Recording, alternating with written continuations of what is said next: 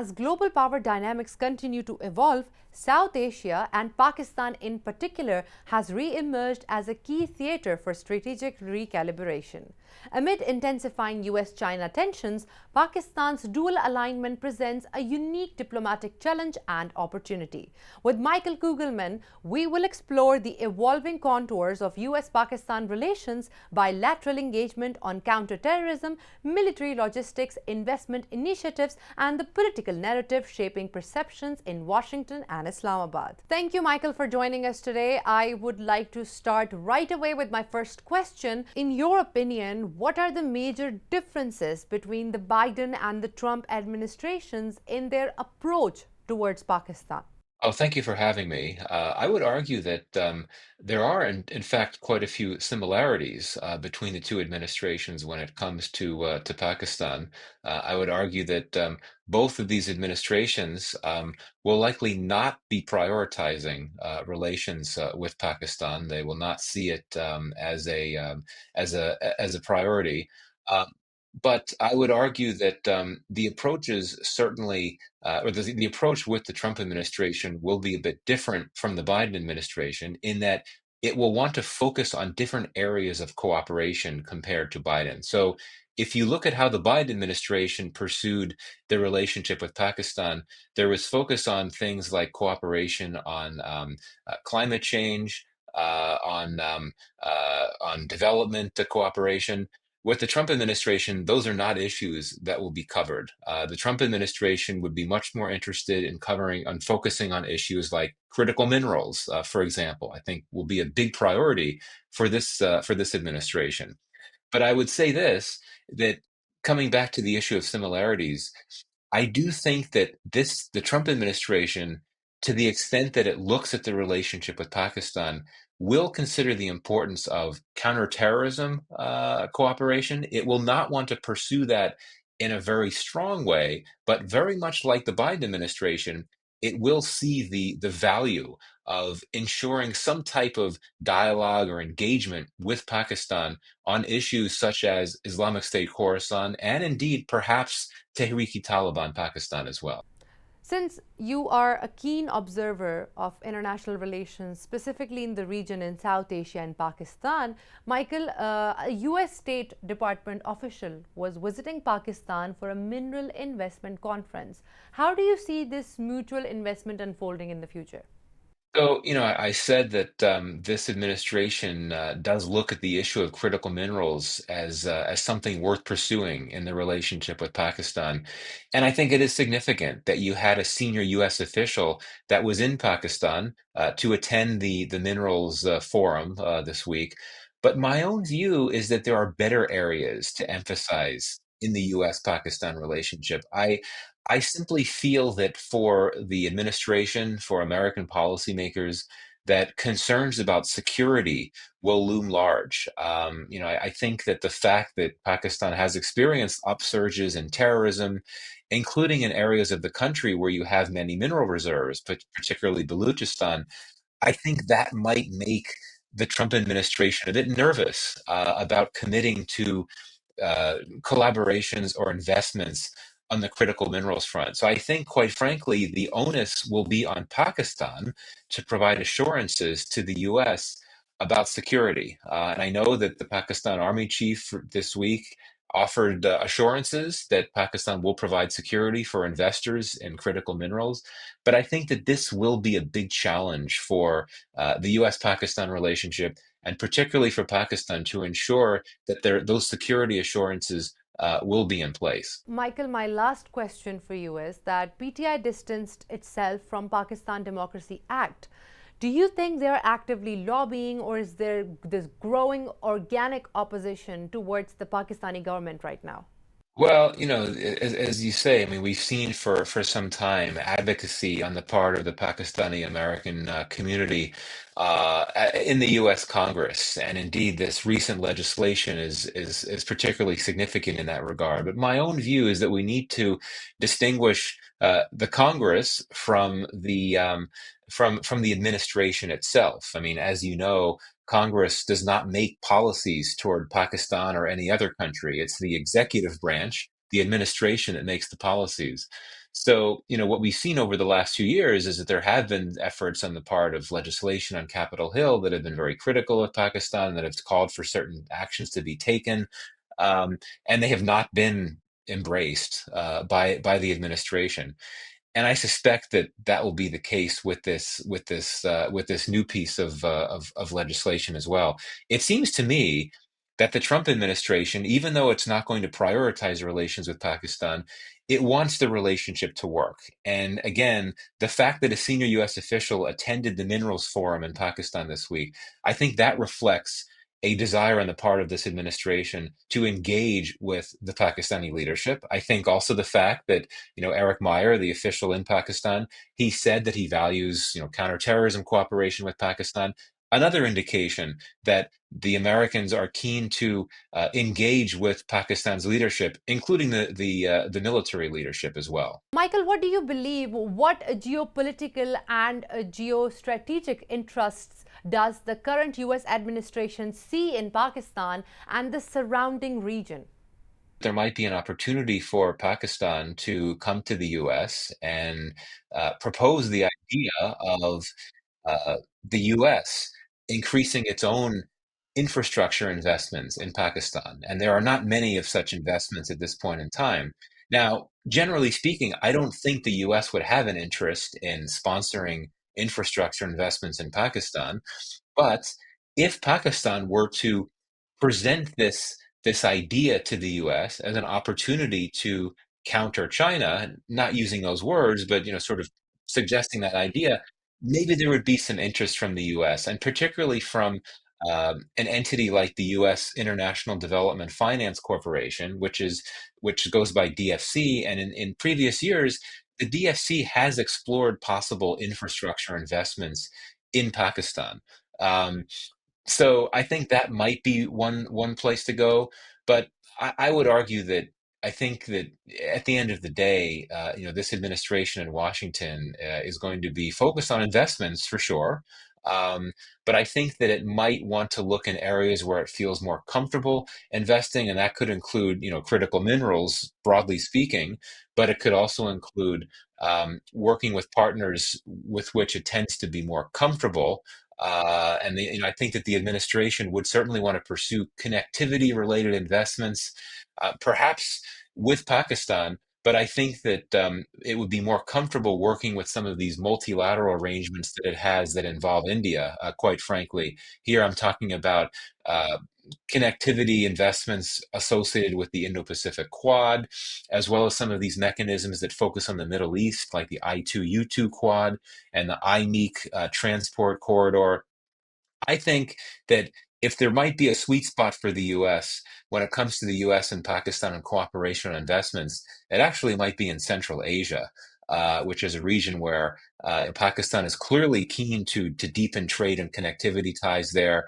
And the US might see that as tempting as well because of critical minerals opportunities in Central Asia and other factors too. But I would emphasize that we should not expect that much from this administration in terms of its interest in engaging with Pakistan on the whole. It's going to look at other countries in the region, like India, and more broadly, countries elsewhere around the world, as players that it would feel more comfortable engaging with in these projects. So I think this will be a challenge for Pakistan to navigate. Okay, so right, how do you see Pakistan managing its bilateral relations with both the United States and China amidst ongoing trade tensions between the two countries?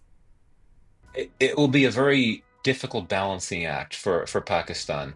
And, I would say that the perception in Washington is that Pakistan is essentially in China's camp. It has a deep partnership with China, including a very deep defense relationship, and that, there's not really much space for Pakistan and the U.S. to engage. But, I think that, Pakistan has an opportunity, quite frankly, to try to make the case to the U.S. that there is still scope for partnership with the U.S. even as Pakistan continues to engage with China. I think that President Trump has made clear that even though he's very much accelerating this economic competition with China, he's taken very dramatic steps on the tariff front with China. he is willing to engage with the Chinese leadership. So I think, again, Pakistan's utility as a mediator may not be there. But I think what it all comes down to is that Pakistan needs to figure out what are the comparative advantages in its relationship with the US and its comparative relationships in its relationship with China. And here you get to very transactional issues.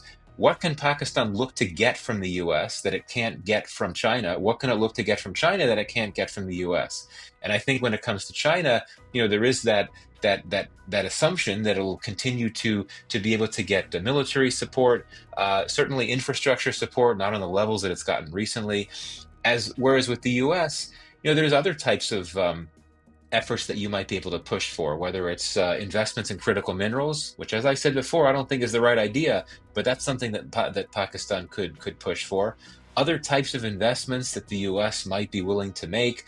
Crypto is another area. Pakistan has sought to legalize its crypto sector, to invite U.S. investment in the crypto sector. So my point, to make a long story short, is that if Pakistan can be successful in navigating its relations with the U.S. and China by looking to distinguish the two relationships and focus on different goals, on a very transactional level, different types of inputs, different types of goods, different types of investments that it can look to focus on in each of the different cases.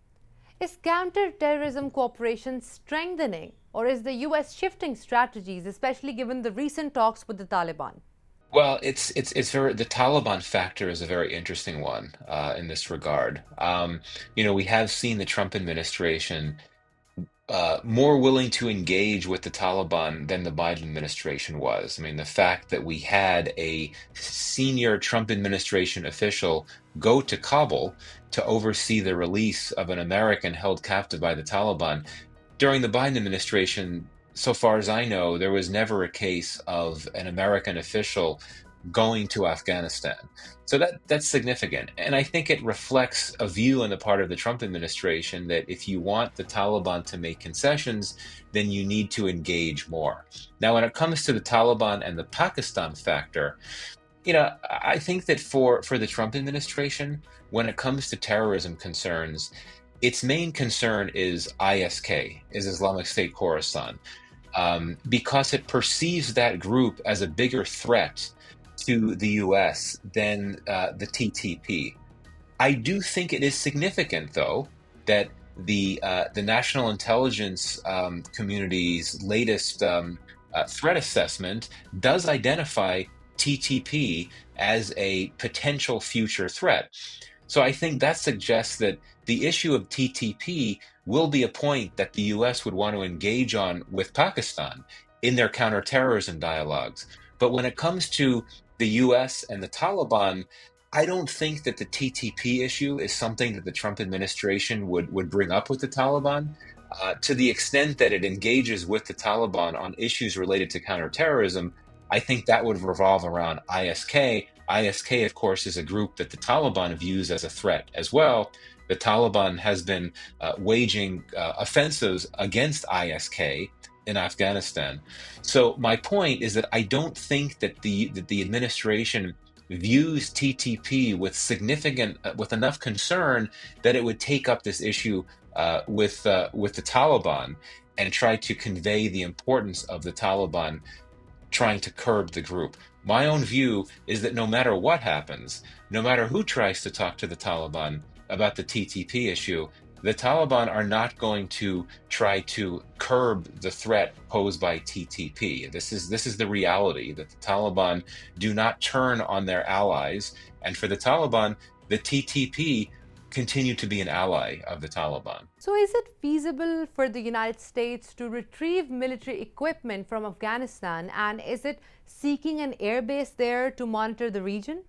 Well, I think that we do need to keep the broader context in mind that the U.S. is not going to prioritize engagement with the Taliban on any issue, including the ones that you're discussing now. And to the extent that the U.S. does engage with the Taliban, it would be on a set of narrowly focused issues that mainly would include things like the fate of the Americans still being held captive by the Taliban. But getting to some of the issues that you highlight here, Yes, President Trump has repeatedly indicated his concern about the Taliban holding on to U.S. weapons and wanting those weapons to be returned. I do not think that the Taliban would be willing to do that. There also has been reports that the U.S. wants the Bagram base in Afghanistan to be returned to the U.S. To me, none of this seems very realistic, quite frankly. The Taliban have very rigid views on their core fundamental positions. And one of those fundamental positions relates to the issue of foreign military influence and foreign military presence in Afghanistan. The Taliban rejects any type of foreign military presence or influence in Afghanistan. And no matter what the US or any other actor might offer to the Taliban as a concession, I simply don't think this is something that the Taliban would be willing to negotiate on. It's sort of similar to the Taliban's position on social issues like women's rights and human rights. It takes very rigid views on these issues. It's not going to change its position, in my view. And I think this is also the case when it comes to these issues that you refer to. Michael, do you see Pakistan playing any role in mediating or managing US Taliban relations? I don't think so. I think that the Pakistan's relationship with the Taliban at this point is too fraught, too tense for it to be in a position to play any type of mediation role. I think that Pakistan's priority has been to try to figure out ways to ease tensions with the Taliban, because that would put it in a better position to address the TTP problem. So I think it's very clear that the US is very comfortable engaging with the Taliban itself. The US does not need a mediator. And to the extent that the US does want to look to a third country or another country to help with its engagements with the Taliban, it already has one, Qatar, right? We know that soon after the Taliban returned to power in Afghanistan and US forces left Afghanistan, the Biden administration announced that Qatar would represent US interests in Afghanistan. And I believe that has continued in the Trump years. I mean, we know that Qatar has been involved in some of the negotiations over the release of Americans in Afghanistan, including the one that happened most recently. So, to be very candid, I don't think that from a US perspective, Pakistan does not have much utility as a potential mediator. And I think that US views on the Pakistan factor in this regard are also shaped by the fact that Pakistan's relations with the Taliban are very strained at this moment. Thank you. Thank you so much for joining us, Michael.